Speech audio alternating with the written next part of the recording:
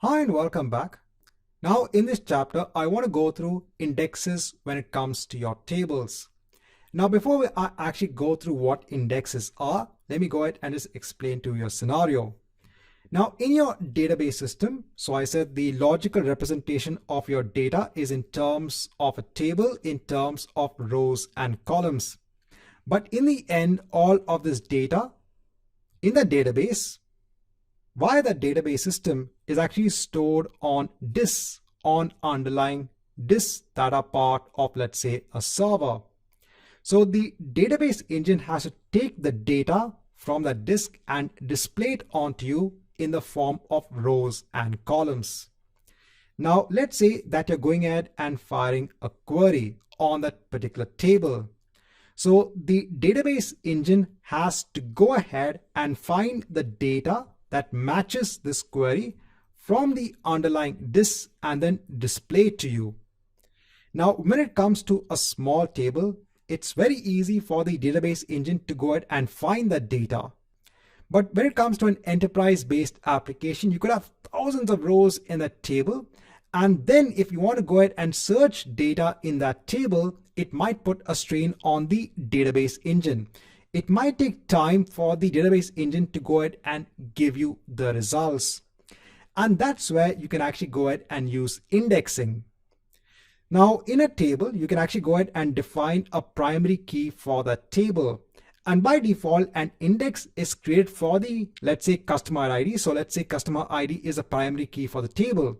So an index will automatically be created so that if you want to go ahead and execute a query, and if you go ahead and use the where condition, wherein you're saying that please return to me results based on a customer ID, then you'll get the results very fast.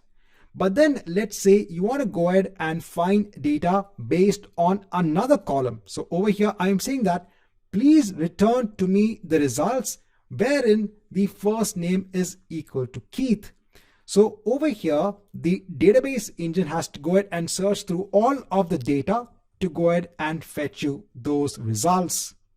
But what you can do is that you can actually go ahead and create something known as an index on the first name column. So this helps when searching for data in the table. When you create an index, you actually specify a column for which you want to go ahead and create the index.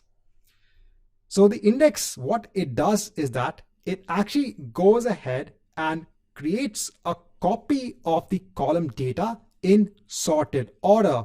So if I give you an example of our course table, if you go ahead and create an index based on the course name column, it will go ahead and create an extra column which will not be shown onto you. This will be inside the database system, and it will have the sorted values of the rows based on the course name. So what happens that when you now go ahead and create a query and use the where condition to find data based on the course name, it becomes easy to go ahead and search for those particular rows because all of this will be in sorted format based on the index. So this is preferential in order to go ahead and search for your data. So then a question can arise then, why can we not just go ahead and create indexes? Or why doesn't the database engine go ahead and create indexes for each and every column in the table? Now remember, indexes is good when you want to go ahead and read data that has the columns in the where condition. But having indexes can also be an expensive operation. And remember, since it's going ahead and creating, an extra column, it also goes ahead and takes extra space. But then it's your performance which actually takes a hit.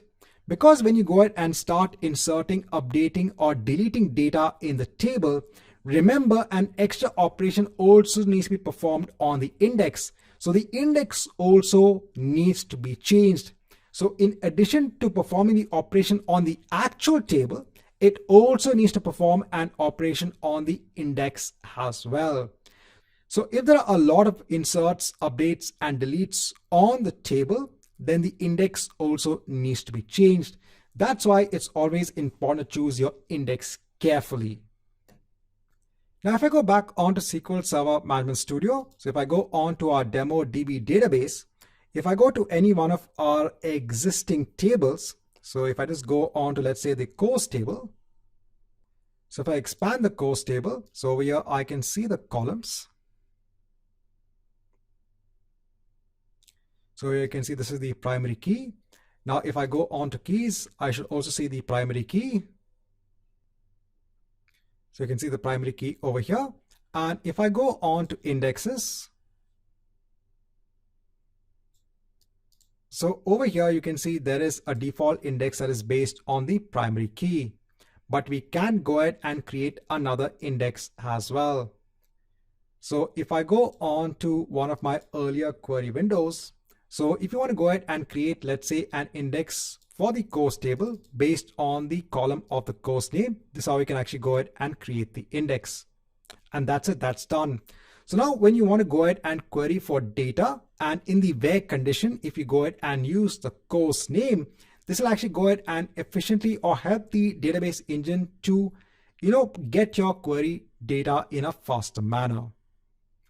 Right, so in this chapter, I just want to go through indexes when it comes to your relational database systems.